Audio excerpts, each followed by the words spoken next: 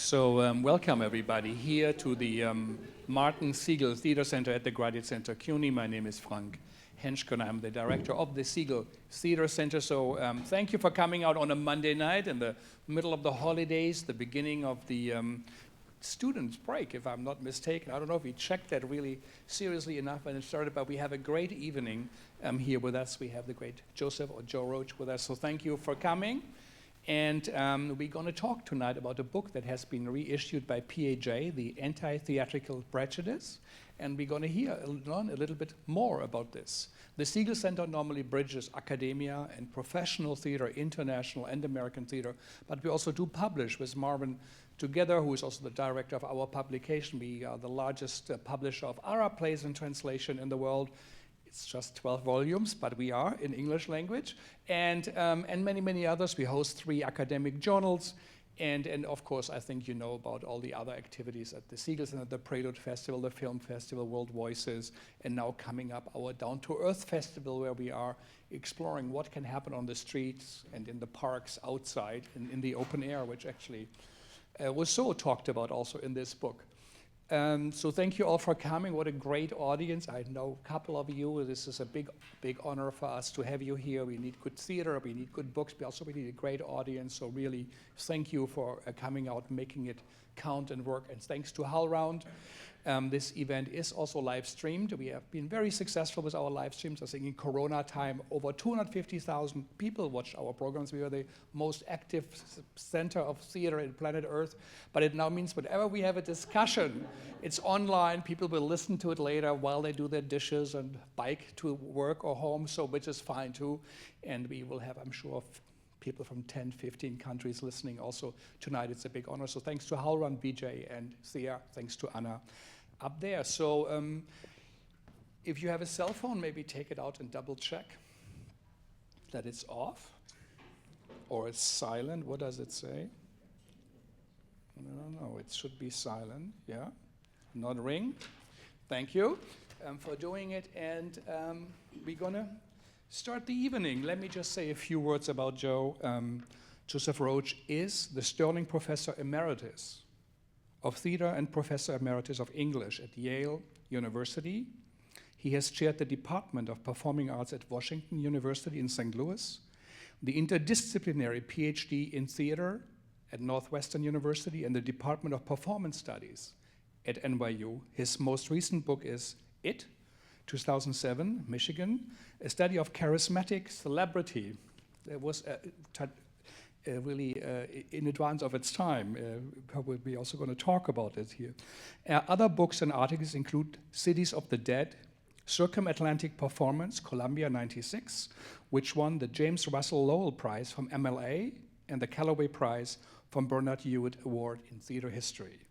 And essays, of course, in Theater Journal, Theater Survey, the Drama Review, Theater History Studies, Discourse, PAJ, Theater, Text and Performance Quarterly, and many, many others. He also served as Director of Graduate Studies in English and Chair of the Theater Studies Advisory Committee at Yale.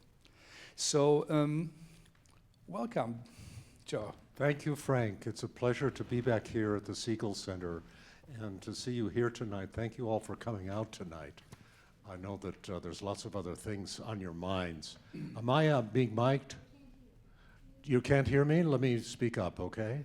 Let me know. Anybody raise your hand if it's you're loud enough. I think you trouble. need better hearing aid. This is really loud in the room. Yeah. I want everyone to hear, and I want to be able to hear. I hope we'll have a dialogue tonight. I'm feeling very much in the need to be in the presence of those who might be worried about some of the things I'm worried about, and be ready to share their thoughts. But I thank you, Frank, for the kind introduction. I do want to say, for anyone unfamiliar with the terminology of academic hierarchy, that emeritus is a Latin word that means forgotten but not gone.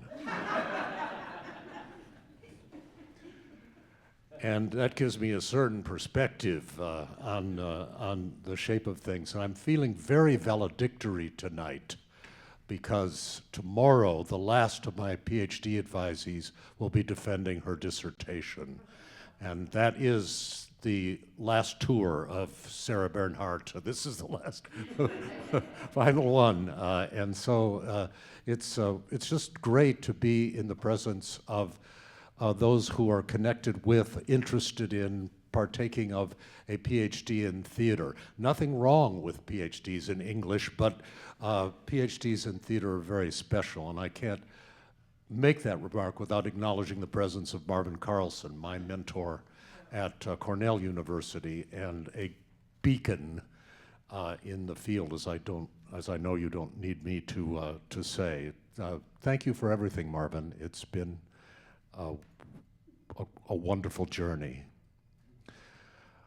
So I feel like I want to channel the words of my New Orleans mentor, who was John O'Neill, the late, great John O'Neill. He was one of the founders of the Free Southern Theater in the day, right during the moment of the Second Reconstruction, now under assault in all directions, when the Civil Rights Act was passed and the Voting Rights Act was passed and the Fair Housing Act was passed right through the middle of the 1960s there. He was also a field secretary for SNCC, and for the youngsters here, that's the Student Nonviolent Coordinating Committee, very, very important in the civil rights movement. And John was a fabulous actor, and he had a program called Junebug Jabo Jones, and Junebug was a fictive character, really as much John as Junebug, but an extraordinary raconteur. And Junebug's granddaddy was a preacher, and Junebug's granddaddy had some advice for him about public speaking, which was, if you want to communicate with people, you have to tell them three things. First, you got to tell them what you're going to tell them. Second, you got to tell them. Third, you have to tell them what you just done told them. So I have some remarks before we get into a dialogue with Frank and then a dialogue with you. And they're in three parts. First, I'm going to tell you what I'm going to tell you. What I'm going to tell you is what Bonnie Maranka did and what Barish does and what we might do. And I hasten to add that when I use the third person plural, I want to define we. And for purposes of speaking here tonight, I think I can safely say that we are the people, among the people, that the anti-theatricalists hate. And that gives us a kind of, I would hope, some sense of solidarity. What I'm going to tell you about Bonnie is that Bonnie Maranka is the one who really put together this edition of Jonas Barish's landmark study, The Antitheatrical Prejudice. She did the work of finding that the University of California would give up the rights, and she did the work of getting it in press. She wanted me to tell you that it's sold out the first print run, and she's going to make others, so that's a very happy report. And she actually had a message that she wanted me to impart, and I wanted to get it absolutely right. How am I doing there, ma'am, with your hearing? I don't know. Can you hear me? No, I can't. I have a problem with hearing devices. Uh-huh. And I can't hear a word. I'm trying to read your book online. Well, yeah, that's I'm delighted that you want to do that, but maybe you could come up closer? You think we could do that? No. That won't help. If they can increase the mic volume. Let's go ahead and read from Bonnie, who's actually on her way to Paris, to France, in an airplane. Yeah, so that's just what Bonnie starts off with. I'm leaving for Europe the night of your talk, or I've been there. Incidentally, the first printing sold out quickly, and the book is already re-entering curriculum. Adding, over the years, I've thought often of one of the most influential books I read as a young theater critic, The Antitheatrical Prejudice by Jonas Barish. It was published in 1981. The range and erudition of this book has always remained with me. Thinking back over so many books published since then, it still stands out as one of the great books of modern theater studies. I must have been especially attracted to it because my Guggenheim project in the mid-1980s was on the subject of theatricalism in American culture. A few years ago, I began to think about reprinting the book, which is rare to find used, costly when it is found, and long out of print. I wrote the University of California Press to ask if rights were available, and happily they were. So a new PAJ edition was designed, and the book was published in the fall.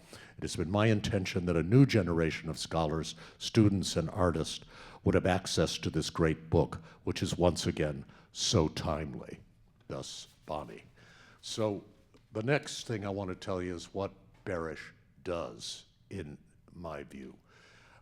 Barish lays out a historical framework around a transhistorical phenomenon, and also philosophically, theoretically examines it. Each chapter is dedicated to a different point in history, but he pulls the threads of the ideas through this book with a lot of skill rhetorically, so that there's a cumulative effect of his argument. And I think any great book of criticism should be able to do three things, have three qualities.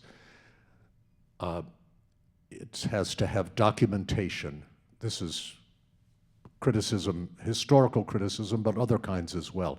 Documentation, discovery, and significance.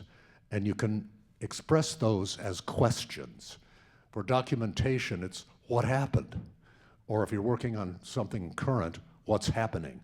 Discovery is what's new, and significance is so what? The documentation is extraordinary, from antiquity, Greece and Rome, following through the Middle Ages with an account of the Lollards, the Protestant, pre-Protestant, proto-Protestant sect in Britain, or in England at that point, which really foreshadows the Reformation, including of proto-Protestant hatred of the theater, which was not present otherwise in the Middle Ages to the extent that it was in other periods of theater. And that's an exception, because one of the threads that Barish pulls through the book is the idea that great ages of theater produce a lot of anti-theatrical literature, and it makes sense.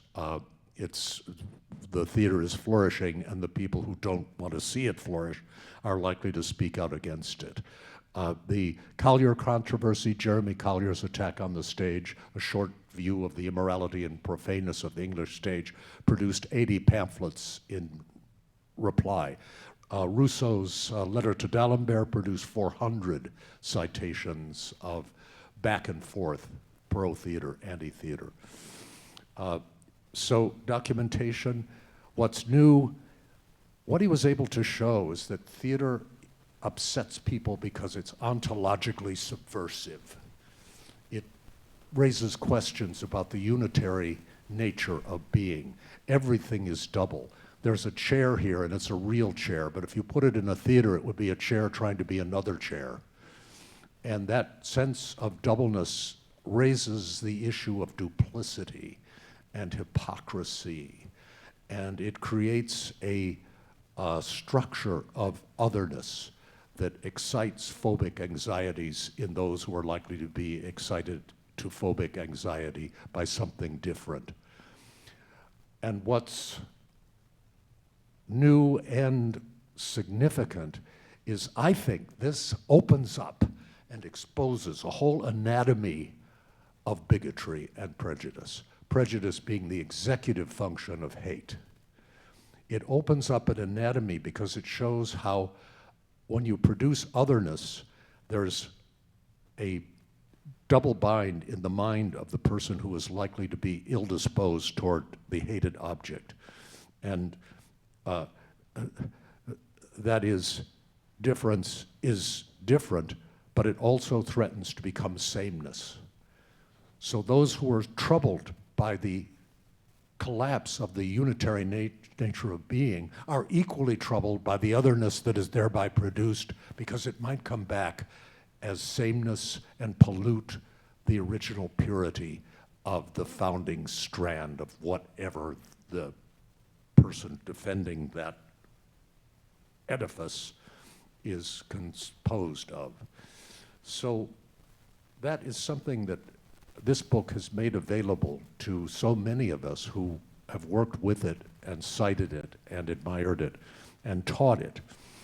I think that what it lays out for, at least for me, I'll speak for myself, is not only something that's interdisciplinary, but something that's intermethodological.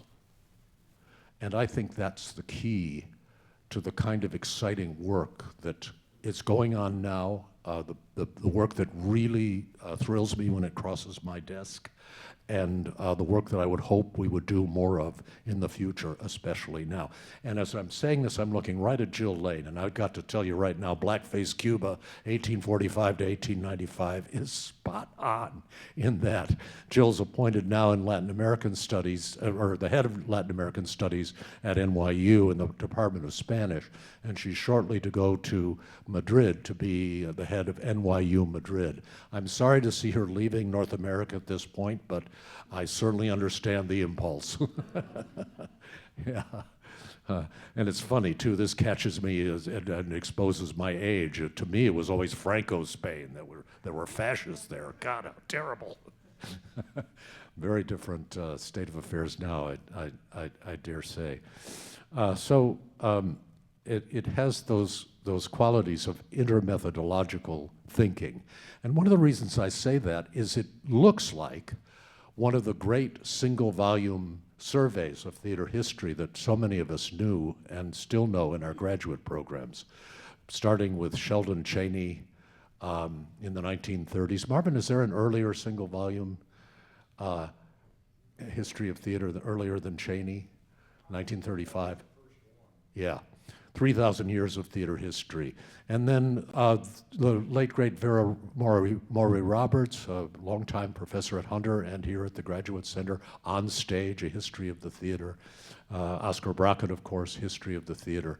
All of this history, thousands of years in one volume, with a kind of international rushed tour through the national theater traditions coming up to the present day. And at Cornell, we used to joke about the class that we all took with Marvin, the great theater history survey for 2 semesters, that it was caves to cabaret, and then my students updated it to from caves to cats. So we moved it forward another decade in my time. So Barish looks like that, but it's infused with ideas. And infused not only with the facts of the anti-theatricalists and the great artists that they attacked, including all the names that are canonical and many that aren't. It works like a theater history survey, where that is one of the unique things about theater scholarship, is we're responsible for all of it. I mean, all of theater history. You teach in a language and literature department, and you are within your zone, your slot, your period. And it can be pretty rigorous, the enforcements of those period boundaries, so that when the person who teaches literature from 1750 to 1820 retires, that's the kind of move that you make, just fill in the slot. It's called the coverage model. The theater, we've never actually, there haven't been enough of us to support a model like that, so we've had to spread out in advance. Yeah, I'm so sorry that you couldn't hear. I hope some other time we can work it out. Yeah, good night. Take care. The accomplishment of putting as much material as Barish does, just historical coverage, in a book with as many ideas as it has is a real virtuoso piece of writing. It's just another thing I admire about the book. It really is, at this moment, that last bit, significance, about what it does what it can say about the nature of prejudice, I think is going to get me to the next point, which is what we might do, the we that I talked about at the beginning. What might we do? Well, for one thing, just a local matter just came up today. I don't know if you're aware, but the Times covered the U.S. Naval Academy at Annapolis withdrawing 381 titles from the library. And basically a book-burning move ordered by Secretary Hentschker. And I think it probably is a move preliminary to getting rid of the civilian faculty, which Annapolis has unusually, maybe even uniquely among military academies. I know this particularly because one of my PhD students, Jason Schaefer, is on that civilian faculty. But I looked at the list, it's published in the Times, and it includes Robin Bernstein's Racial Innocence, for instance, and Christian Ducombe, the wonderful haunted stage, 300 Years of Racial Impersonation in Philadelphia, and many other titles that you would recognize, although those were the two in the field that I noticed on a quick glance through on the train down here. And it reminded me, this is on what we might do, it reminded me that when the Vatican published the Codex of Banned Books, they had to very quickly put the Codex of Banned Books on the Codex of Banned Books, because everyone was using, it was popularly used as a reading list and a bibliography. So my suggestion is put Racial Innocence and the Haunted City in circulation. Order a copy. Remind your students what wonderful work they are. Robin won 5, not 1, not 2, not 3, not 4, but 5 book prizes for that book, and they're very distinguished contributions to our field, and it would be great to have the effect of Secretary Hegsted's order be a spike in sales for these two authors. That really, I think what I'm going to do is just a kind of lightning round of talking about some of the other books that will very likely, for one reason or another, end up on those lists sooner rather than later, the way things are going. And it's just, this will be a kind of anatomy of what my desk looks like and what my bookshelves of the books I have within reach. But at this valedictory moment, I want to say that what I'd really like to encourage everyone to do is take care of our students. Take care of those who are studying now and whose life is stretching out before them with a very changed set of circumstances from what I experienced, and I expect most of you experienced, and whatever we can do to take care of them as best we can. One of the things, if any of you are approaching retirement, that I'd suggest is what I did, is that's really make a big insistence that you be replaced. And I'm very glad to say that I managed to get Yale to replace me with 2 people. Jonathan Howard, who's assistant professor of African American literature, whose book is forthcoming. And it's a study that's called The Blue in Blackness. And it's about oceanic and water symbolism, water figuration in African American literature. And there's a chapter in there on Gem of the Ocean that'll just tear your heart out. That's the August Wilson play with Aunt Esther, who's 275 years old, and they're all down there at the bottom of the Atlantic in the City of Bones. And then the other wonderful scholar that's come into Yale and has really stepped into my role as chair of the theater program is Shane Vogel, who's a NYU PhD and a Tulane BA. And I use some of the technique of my medievalist colleague, Roberta Frank. When she went to the dean to have this conversation, she refused to retire until her replacement was in place, in the office, teaching classes. And she's a very sweet woman, but she ended her demand to the dean Yes, I won't leave until my replacement is on campus, and my mother lived to be 106. Yeah, so I've got just 3 from Columbia, and I just want to mention Columbia because it was, as I'm sure you know, the place where the teaching of theater, the teaching of drama as a subject on its own began around the turn of the 20th century with Brander Matthews. And Joel Springarn of the English department ridiculed Matthews for teaching drama as performance, that he used a model of the globe, which is still kicking around Philosophy Hall the last time I was there, that he used a model of the globe to teach Shakespeare. That was just considered completely ridiculous. And that tension between English and theater is one I want to touch on now because it's been the story of my life. I won't go into detail about that. But the point I want to make is the fields, when they energize one another and approach one another with interest, have so much to say to one another, and it's really important now to make every advantage we can about the people doing the work about the plays and the performances and the performance traditions that we love the most, and you'll find a lot of them today in English. All 3 of the people I'm going to mention quickly are graduates of the Columbia Theater program, which is in the English department run by Jean Howard in the day. And the first one is Ellen McKay at the University of Chicago, appointed in English.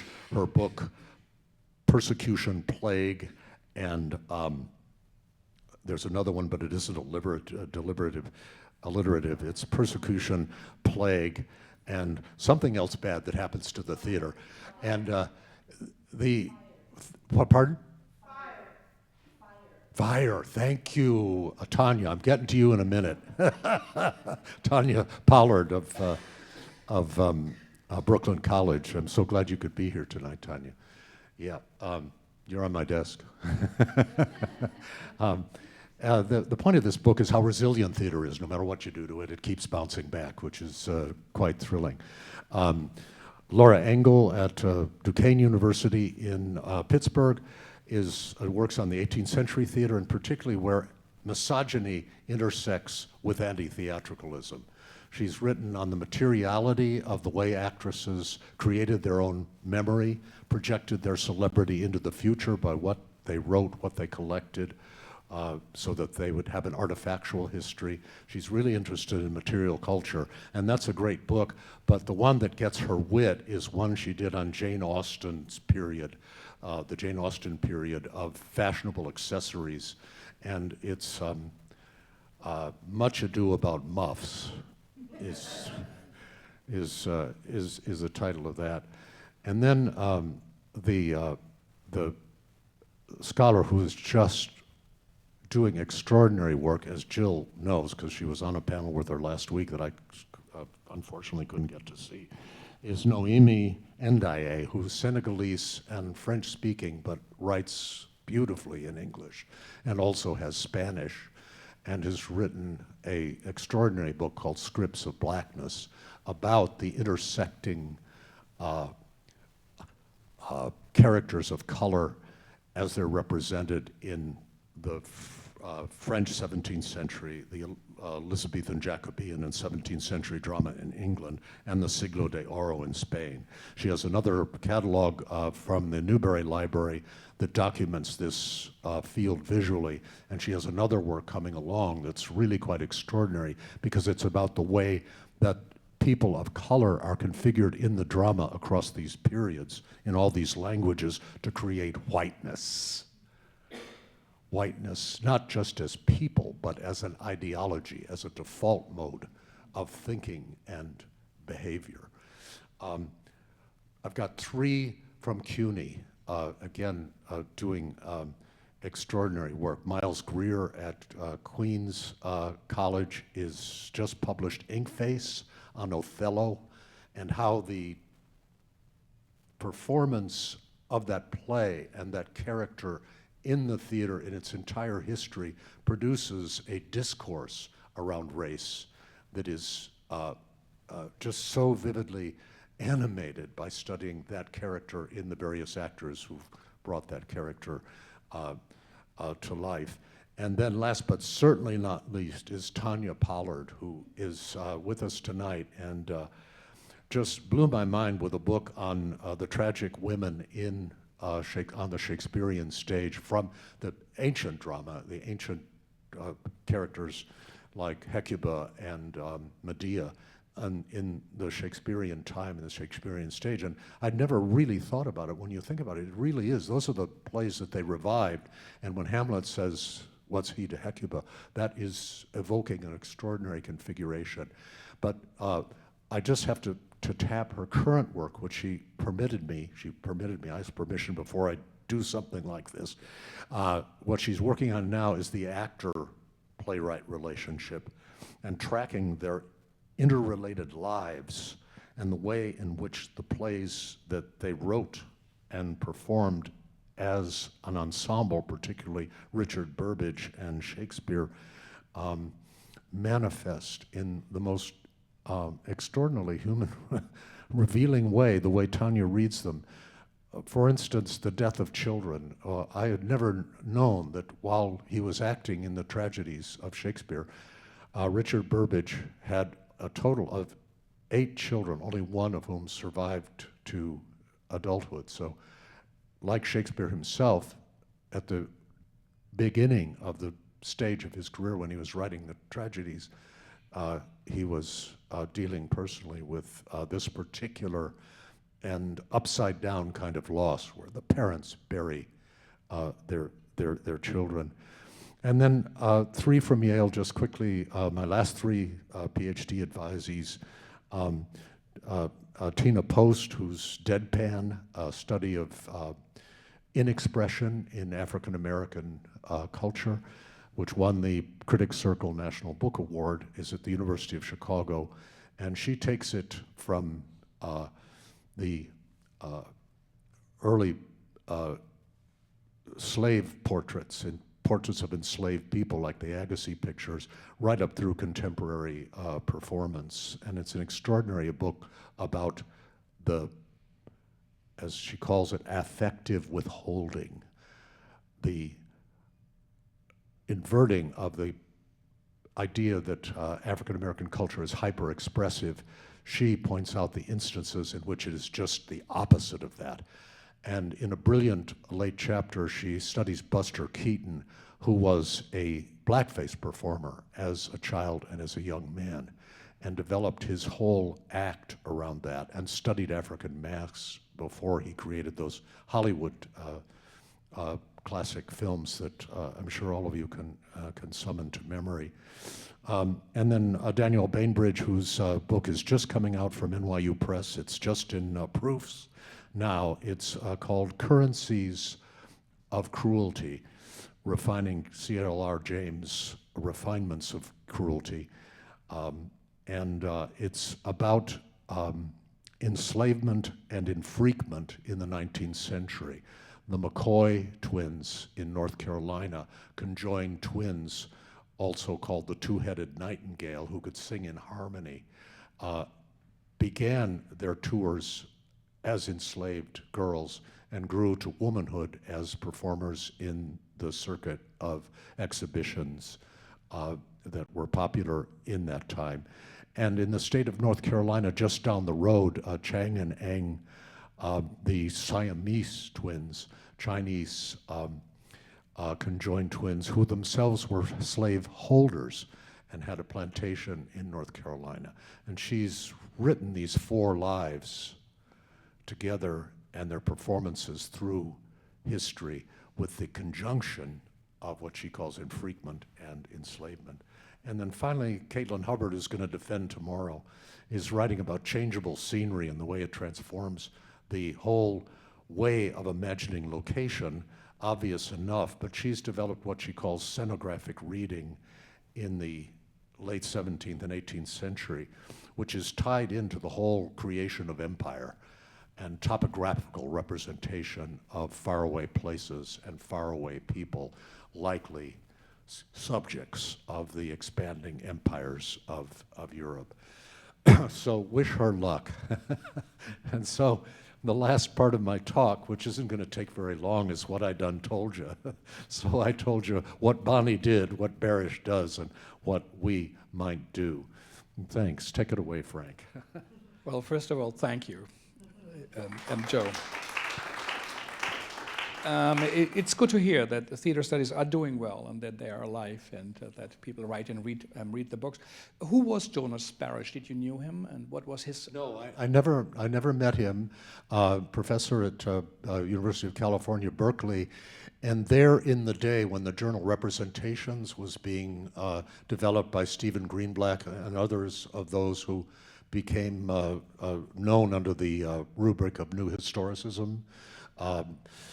They preferred cultural poetics to New Historicism, but New Historicism is how we remember them. And so he had an extraordinarily dynamic intellectual camaraderie at that moment at Berkeley. Although he himself was not, I'm not sure if he even published in Representations. I'm not sure about that. And he was just an enormously learned man, which is so obvious. Works in a number of languages and across history. And again, I emphasize, with access to the history of ideas. This is, I think, so important in the field of theater history, which has a strong positivist, empiricist tradition behind it, and long may that prevail. It's nice to know what the facts are, but it also has been resistant often to interpretation, to theory, to the philosophies that the very nature of the theater uncovers because of its modes of production and the range of which it taps into human enterprises of all kinds. And that expansiveness is something that I'm always in awe of when I see it in a scholar. So when did you read it first, and did it have a direct impact on your work? Well, my career is odd. I didn't go to a conference and present a paper until after I got tenure.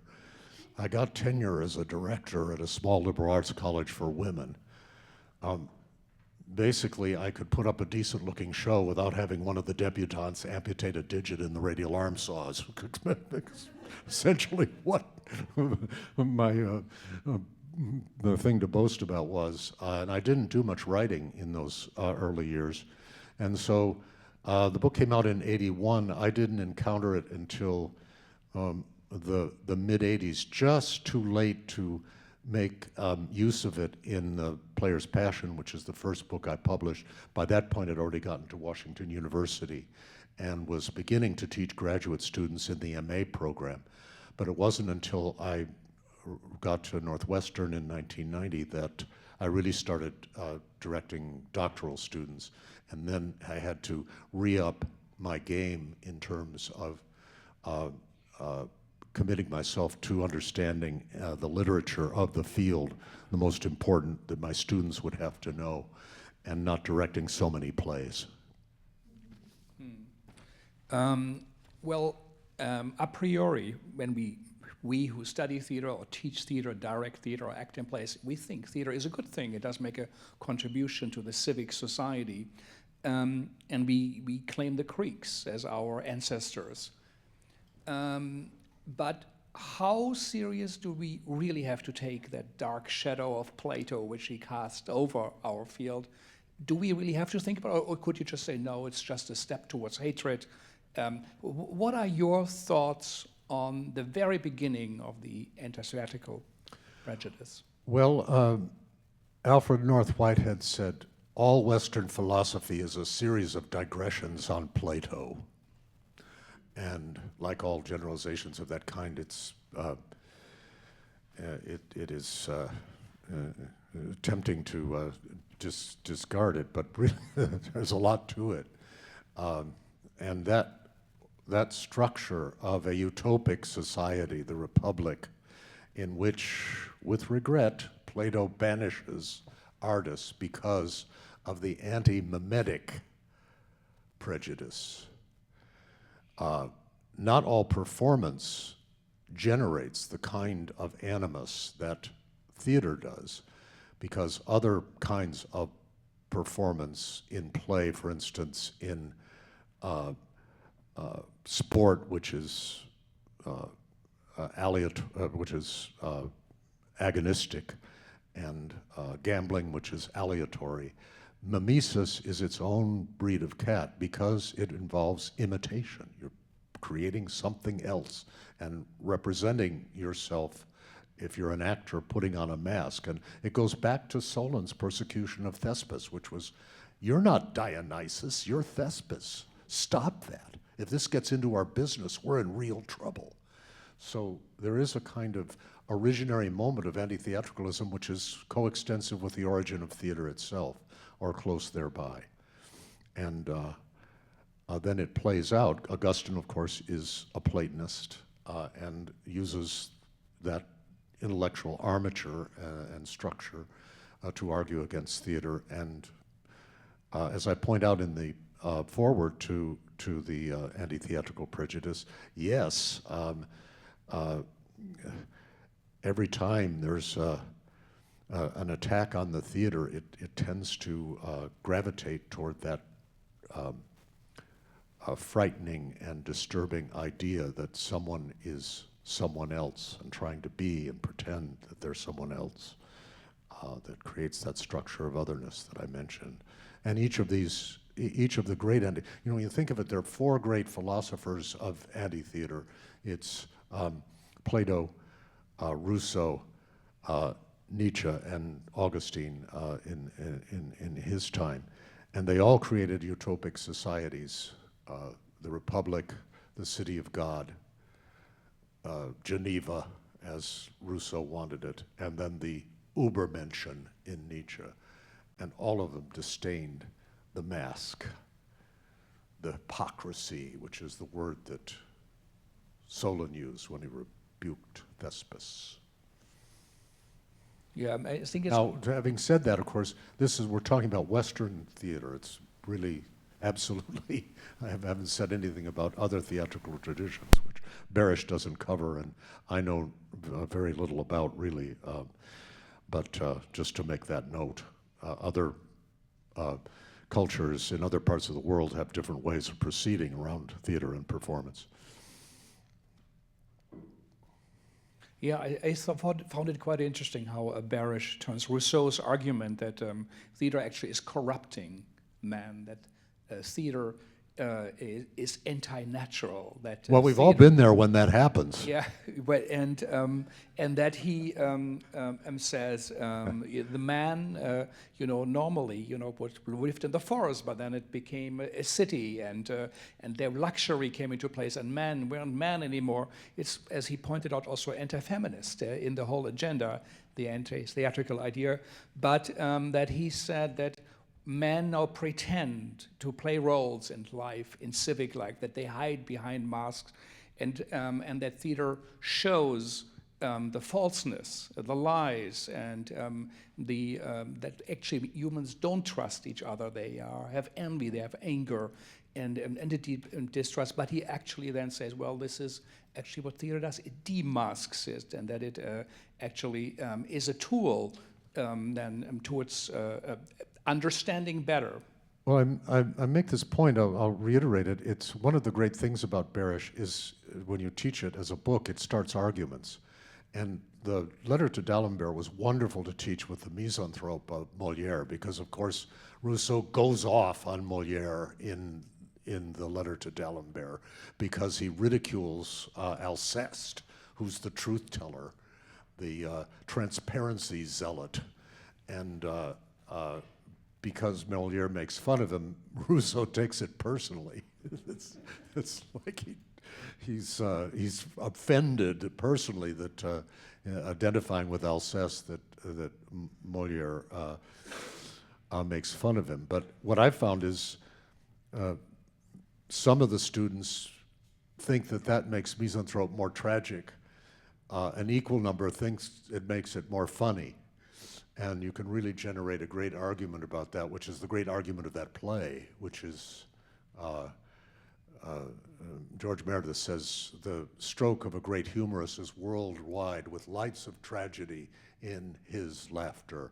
And boy, you see that in Misanthrope at the end when Alceste lays his heart bare before Célimène, and she says, "No thanks." It was supposedly his favorite play, like Rousseau, The Misanthrope, and it was his favorite play of Rousseau, and he said he never missed an opening. Well, you know, there's a couple of Rousseaus. There's a playwright who, you know, was active in the theater, and then there's the older Rousseau, as he's developing his philosophy in full, that is deciding that the Geneva should not have a theater at all, not Molière, not anything, except for spontaneous public demonstrations, sort of like the fêtes of the French Revolution, where the people of Geneva can come out together and as themselves perform themselves in public, but not as anyone else, only as themselves. The integrity of their as being. Robespierre then did with the Festival of the Supreme Human, you know, which Yeah, led that's right. to his downfall, actually. This is Robespierre. But still, he quotes many theater artists, you know, and calls them as maybe even false witnesses, but as witnesses for anti-theatrical prejudice. Yeah, that's right. Calderon, Racine, Rousseau himself, so many others stopped writing. He quotes Eleanor Duse, who said, "To save the Well, aren't there days you just hate yourself?" yeah. To save the theater must be destroyed. The actors and actresses must die of the plague. Yeah. They poison the air. They make art impossible. Let me just say, Shaw said, "The curse of our stage at present is the shameless prostitution of the art of acting into the art of pleasing. Yeah. The actor wants sympathy. The actress wants affection. They make the theater a place where the public comes to look at its pets and distributes lumps of sugar to the audience." Right, yeah. Yeah, well, that's that in a way that is unsurprising, in part because our exasperation with one another trying to put on a play. You know,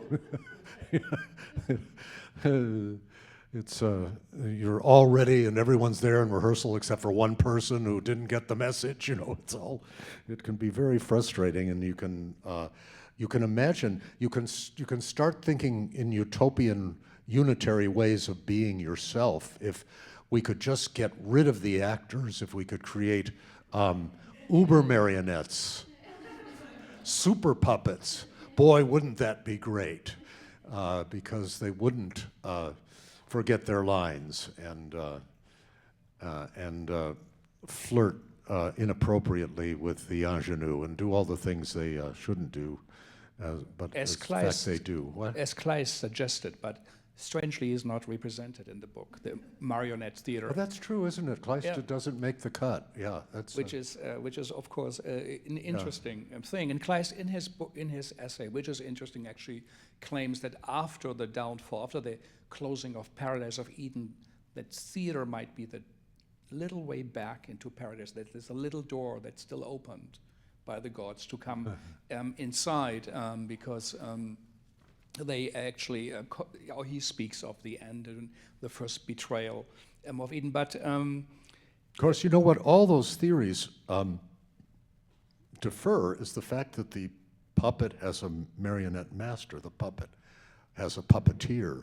There's a intelligence guiding that. Although I think you're right, Kleist, like the Bauhaus in the fierce theorization where they're talking about colored actor gases taking form on the stage. They're trying to get away from the limitations of the human being, but that's so self-defeating, because what makes the art, I hope, immortal, no matter what vicissitudes it may be experiencing, is being together in the room with other human beings and experiencing it all together. Yeah. What I found interesting that Barish, in a way like Robin Hood, like splitting the arrow and the arrow, that he does also calls at witness Gordon Gray, who spoke of the theatrical monster, Stanislavski, who said, you have to take the theater out of the theater. So there is also a valid I think, criticism of what is perceived, of course, theatrical, putting up a show, all the language we use, which is so negatively connotated. That's right, and what do you think of him calling Stanislavski, Greg, and others as anti-theatrical? Well, it's true. Stanislavski is explicit about relating the theatrical to the conventional, the mechanical, the false, and strenuously, an actor prepares, trying to get the beginning actor to a state where there is that transparency of being and that the truth can emerge and that the audience can disappear. That's an exercise that many of you have probably done, where you sit in the chair and imagine that you're completely alone. And he would allow you to count the nails in the floor if you need some job to do. You've got to have a task. But you're to make the audience disappear so that you, in your truth, are there present in the moment. And yeah, that is anti-theatrical. And it certainly, and this is a cliche, but it's as historians of these ideas, it's worth repeating that when that plays out in the Strasbergian strand of method acting, you really get into deep internalization of personal emotions that push to the point of the paradox of the idea of becoming the character, which when you think of it, is just a definition of madness. If you become the character in Othello, you're going to have to get a new Desdemona every night. And so that's a strand in theatrical theory and in acting theory and in acting teaching that is still with us. Yeah, I mean, still, I found it was so interesting. He quoted Augustine, who said, why do we pay money to see the sorrows of other men on stage? I mean, he asked fundamental questions also through them, and he said, shouldn't Garrick be hanged every evening if he really feels like Richard III? Yeah. If we witness a murder on stage, shouldn't we be as shocked as if it really happens? He quotes the other, and in a way, what I feel, he takes it serious. He doesn't dismiss it, and he himself asked the questions, which I found interesting. He said, if we saw a play on Tuesday and we wept, what are we doing on Wednesday and Thursday? What does it change? What does theater do? What do you, as a person, as a theater goer, theater lover, what do you think of theater?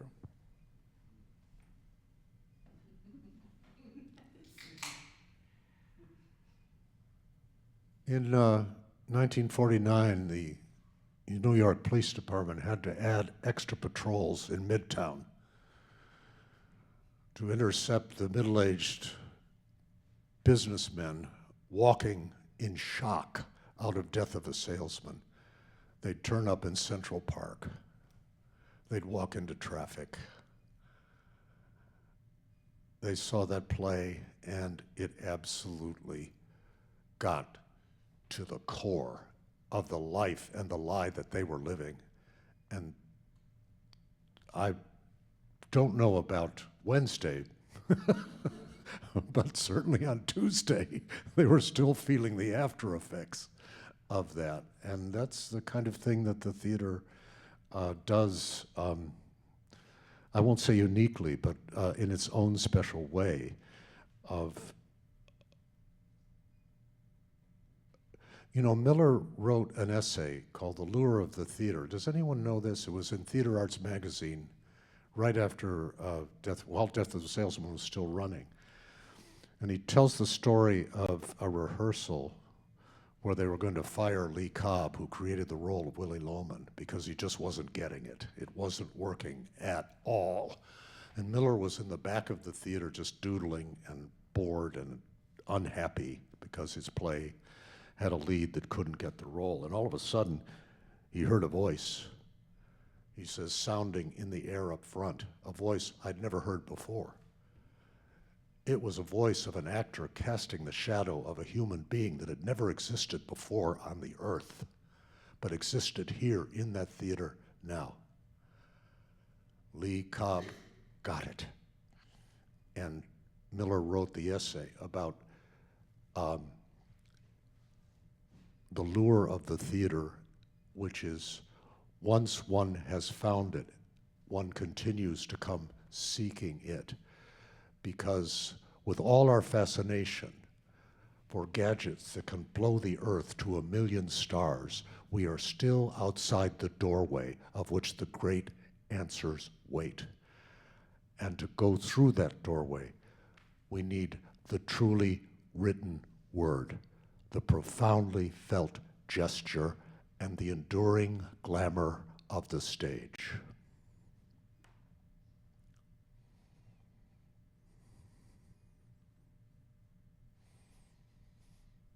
That's what's on my mind these days. Well, that is a good one. Maybe we open it up to questions. We have such a great Please. audiences. Maybe you can put a little bit of light up to everyone. So maybe introduce That'd yourself. be great, because I'm just Yeah, introduce guessing yourself, on who you are, faces. and Yeah, right. Hi, I'm David Levine. I'm a director and a professor, and I have a profoundly anti-theatrical prejudice. I have a comment/question.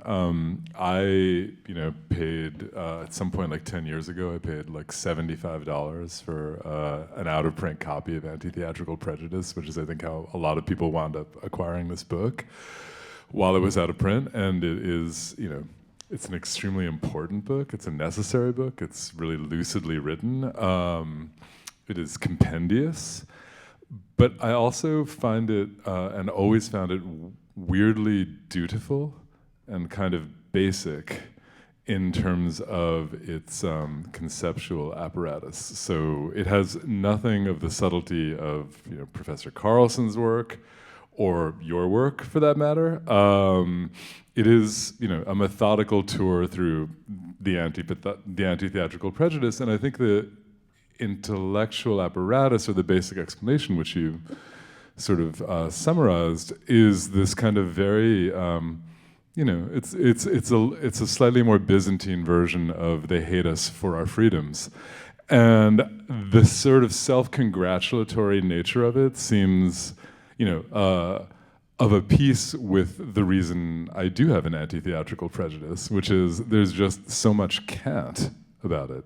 And theater must, I think the reason why Brecht or Shaw or any of the 20th century kind of anti-theatricalists, or me, sort of like, I make theater. I don't think it's particularly great, and I don't think it's particularly useful, but I keep making it. But the ways in which theater cannot stop sort of patting itself on the back for even existing at moments of minimal relevance, it just does not, theater as a discipline does not seem to be able to just make theater without making sort of outlandish claims for its importance relative to society or anything. So this is more of a comment than a question, but I find the book so interesting because it is so necessary, and yet this is not a subtle or even an interesting or useful argument at the end of the day, and I'm not even sure it's a tenable one. Well, you don't want to congratulate yourself, but I will congratulate you. That's a wonderful comment, and I thank you for it. But isn't it that you want to make it better? And that's, it isn't anti-theatricalism in the sense to make it go away. It's to make it better. That's behind Shaw and Brecht and the other great artists of the theater who's expressed that point of view. And right now, I don't mind self-congratulation and self-promotion, because when you are in a state of what Chris Rufo, backed up by J.D. Vance, Vice President of the United States, calls an existential crisis, they both said that universities should be put in a state of existential terror. And Chris Rufo has acted on that at New College in Sarasota, Florida. He's the one who laid out the new curriculum and fired all the faculty. And when you are in a state of existential crisis, to survive is to resist. So that's that's the energy behind my exercise in self-congratulation in quoting Arthur Miller the way I did, because I think, it's the theater right now, for me, is an instrument that can be a way of fighting back, just making it happen and making it better.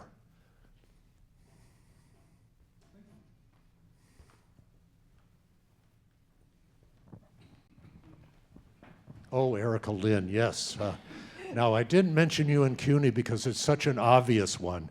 The English-trained PhD doing a fabulous job in theater and writing a great book on Shakespeare and materiality.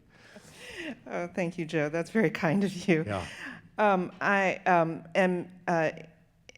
interested in what happened at the American Society for Theater Research Conference this past November. I was in a working session on anti-theatricality, which used Barish's text as one of these touchstones. And a number of papers, many papers in fact, were on bans against drag. What interests me about it is that drag actually does not, it highlights the contradiction in the anti-theatrical argument. On the one hand, its pretense of gender performance is understood to be dangerous because if we can't tell men and women apart, then who are we? Okay, but on the other hand, you can absolutely tell a drag queen is not a real woman. Okay, there's nothing actually mimetic let's make about a it. distinction between good and bad drag.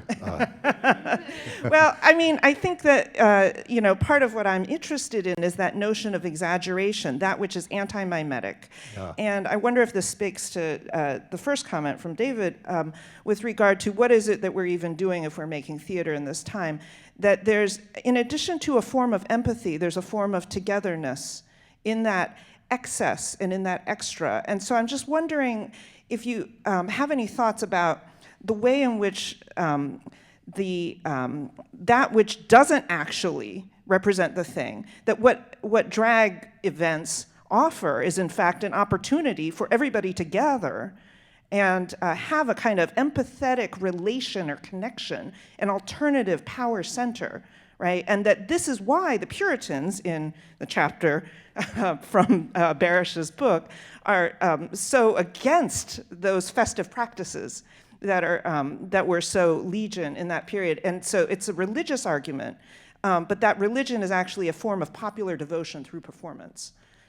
Yes, well, I want to make sure I understand. It is the festive performance where transvestism is a part of it, that it isn't, in your terms, mimetic in the conventional way that we've been speaking. It is hyperbolic rather than mimetic. Well, the simple, it's too simple an answer to that, but basically when it came about, the anti-theatricalists hated that, as you say, just as much. And William Prynne has got his ears cut off for just that, for sassing the Queen of England, who was in a mask performance, which is, in a way, arguably like what you're talking about, because they aren't really acting a character as we conventionally think of it. They're themselves in a kind of drag. Yeah, no, the same call and response happened there as happened in conventional anti-theatrical. That's really something to think about. Thank you, Erica, for that. Yeah, Tanya. Oh, I'm sorry.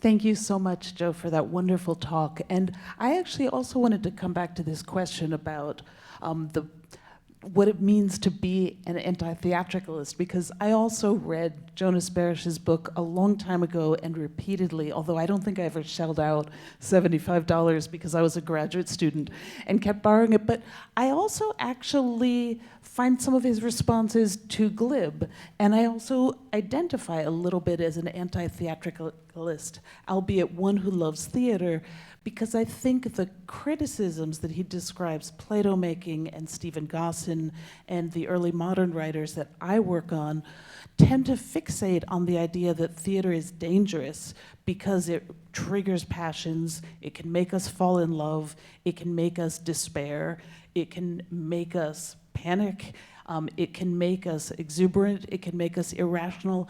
And I think I believe those things, actually. And I think that the playwrights that are writing in response to Gossin believed that too, and didn't think the theater would be worth much if it wasn't dangerous. And when I was writing on drugs and poisons, I remember a doctor saying to me, all drugs are either dangerous or useless. And thinking that about theater. Pharma. Yeah, the Pharmacon, which was my first book. But I think that if theater is not useless, it has to be dangerous. And I think that's what I think Barish a little bit dismisses in his desire to protect theater from the anti-theatrical prejudice. I'm not sure he gives it the credit that it's due. That is and that's not to speak out against the importance of the book. I think the book is really important, but that's to say that I think I agree with the assessment that Marvin's work and your work are better and more important, more nuanced, more compelling. I'm glad that Jonas Barish's book exists, but I guess this again is more of a comment than a question, but can we dismiss the anti-theatrical prejudice without dismissing theater's actual power and value? What would it mean to eradicate anti-theatrical it is prejudice? so well seen and well said. And of course, if you don't know this, that comment is coming from an extraordinary aerialist. Tanya does really dangerous theater. You can see her hanging from 2 strips of cloth down to the floor, and she's way up there, about 20 feet, it looked like. Depends on the space. Yeah, right. Well, ever up to the top, right. No, extraordinary performances. And here, she's in the same room with David Carlion, who is expert on circus, although you work on a circus that is a little before the Barnum and Bailey circus that we think of. But these are places where performance is pushed. The danger of performance is foregrounded in that way. And yes, it is one of the attractions of it. And if that danger weren't there, it wouldn't be what it is. You had some sort of pillow under you, but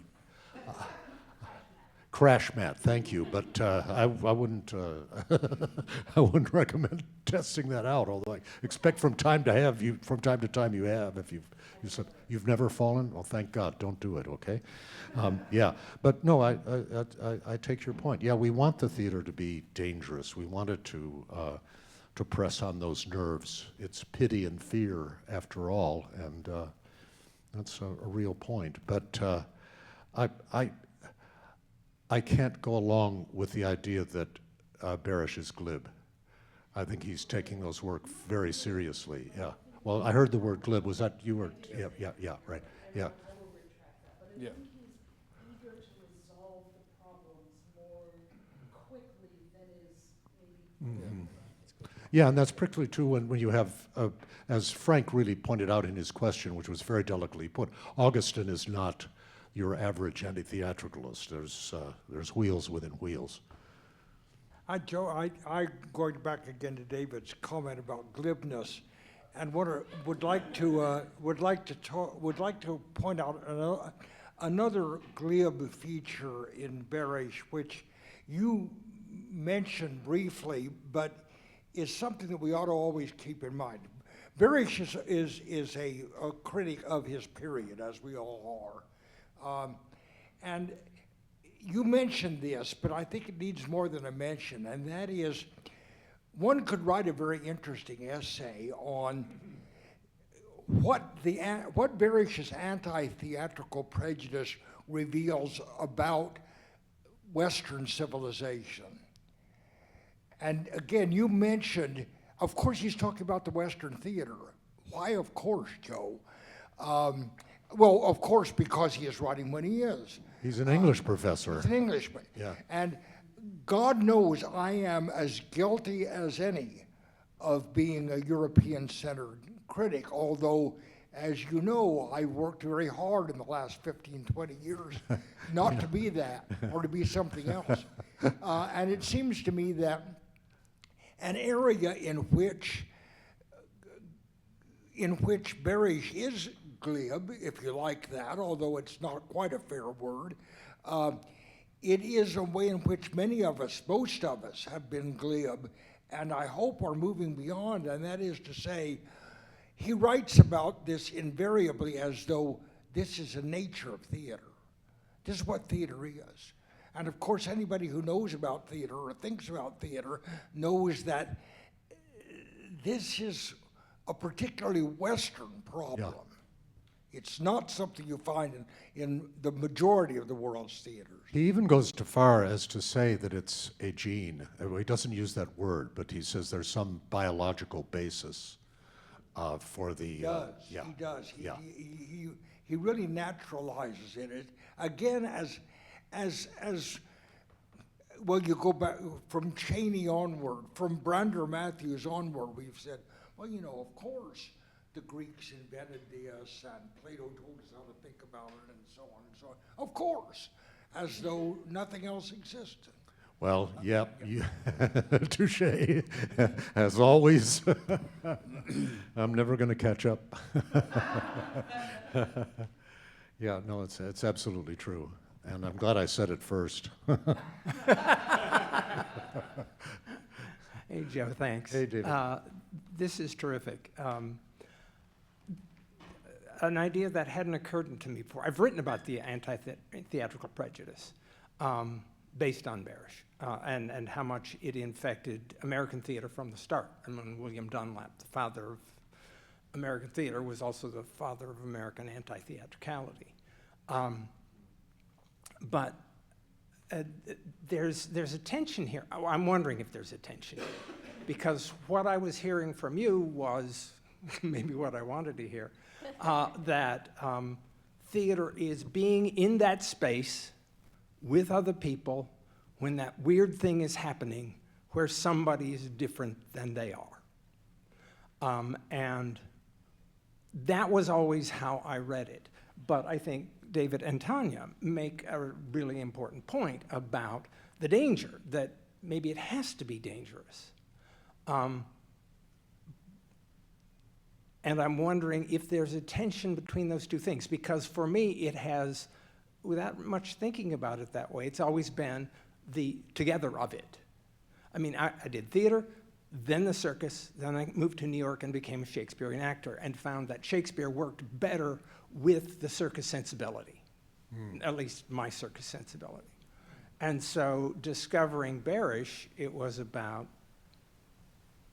my sense of me in the audience.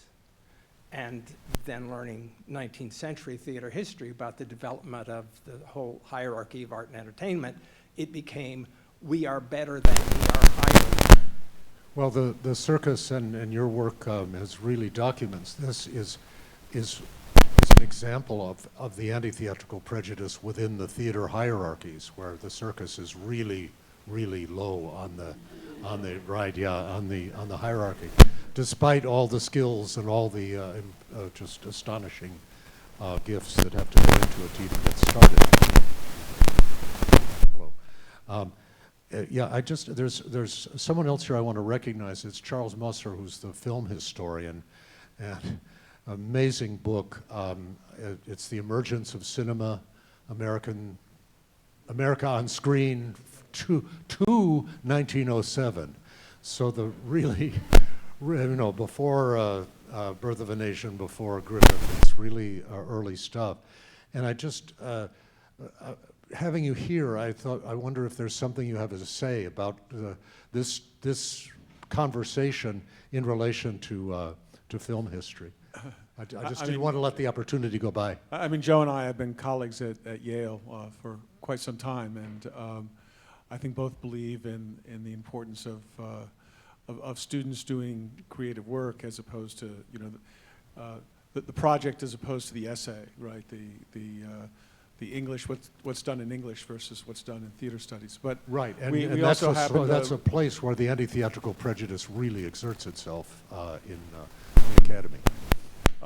and of course we happened to run into each other at buying tickets in New Haven today on my way in, and you want to know, or you know, I could say, in fact, well, I'm coming in to this event because Jonas Barish and But you were telling me, Roach about were right. how documentaries are subjected. Well, this is, see, I actually own a hardback copy of this, which I bought probably at a reduced rate, but because it was being remaindered, that was like probably in the mid '80s. But yes, you know, documentary is all about the anti-theatrical prejudice, and my criticism of this book was that he sort of seemed to think it was abated in the later 20th century, and I said, no, that's not true. It's like alive and well with documentary, of course. And you know, I've been thinking about the relationship of documentary to fiction, if you will, and fiction film, because you know, the anti-theatrical prejudice certainly applies to that as much as to theater, I think. I mean, it's about performance. In the sense that if a documentary filmmaker puts a reconstructed scene in with actors, it's detrimental. It can be criticized. Errol Morris's documentary, The Thin Blue Line, you know, had simulations of various people's description of the crime, and the Academy of Motion Picture Arts and Science refused to consider it as a documentary for the Oscars. The taint. Right. Of But you know, the thing on the other hand, you know, Errol Morris is complicated this way because his characters, like Randall Adams, the guy who is convicted of murdering a police officer, a crime which he did not commit, took this young boy, 15-year-old boy, to a drive-in theater where they drank beer and smoked marijuana, and this was like actually the cause of Randall Adams' downfall. And then likewise, the judge remembers with great affection a Hollywood movie about gangland murders in Chicago, and sort of applies this model to the process of convicting Randall Adams. You remind me, just a note for the future, if you're around, if you can get up to New Haven sometime next spring, we're trying to get a performance together for the auditorium in the Yale Law School, the transcripts of Anita Hill and Clarence Thomas and Kavanaugh and Blasey Ford that's the script, and there'll be actors in those roles. But I want to say, I mean, documentary. You know, so I've actually been writing on what I call the documentaries longue durée, which goes back basically to 1700, when the lecture began to be a kind of public form of instruction and entertainment with illustrations, and you can sort of follow the lecture with illustrations, the illustrated lecture, to the documentary. That's sort of what I do. It's all on the fact fiction right line. And yeah. you know, of course, in the United States, that's you know, that's a platonic.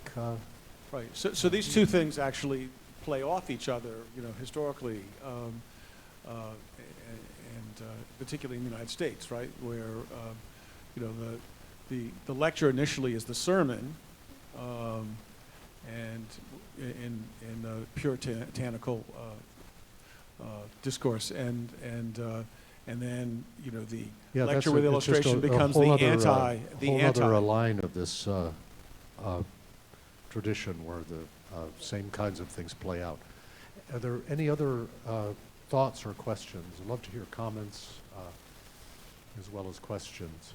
I think we also will have a little reception down here. I hope you will stay for a moment. And again, I think it was important to reread it. For me, it was the first time. I didn't know it in the German context. It's not as well known. I especially liked his idea, which I think is also in a way dangerous and subversive. He said the Platonic idea is ultimately to praise the state. It's ultimately to praise the gods. It's ultimately never criticized that gods are unchangeable. And he said theater shouldn't be like this. It is wrong. And to quote the great Erwin Puscato, who taught here at the New School, he said all his students to the musicals. And people say, why are you doing this? He said, you need to know what the enemy is doing. And his idea was that this machine represents the state. It represents what pretends that it's right. It represents that everything is okay and it's wrong. It's not true. And that theater has to be in that way truthful. I think the book is a search for truth. And where he kind of aligns with the religious leaders who also are looking for the truth, but in a way he makes the case that the theatrical truth, if it's done right in its complexity, does represent the world better. It creates a meaning and is on the side of change and the side of real progressive justice. And I think he has a good cause for it. He also speaks early on about Bob Wilson, Chaikin. He most probably would use the Wooster Group now as a witness. Who are anti-theatrical and to the core. Krotowski, he talks about him, and that there is a lineage, actually, that goes back to the Aristophanes and the Greeks, who, were the very beginning of our field. So thank you all for coming, and I'm sorry we are running out of time, but here for Joe, who is, which we didn't know, is so close to your last dissertation, so also a celebration, I think, of your work and your life for the theater, what you have given over decades to students, to your university and many universities, a great man, a great character, and a truthful character in the warrior and soldier in general in the theater. So thank you.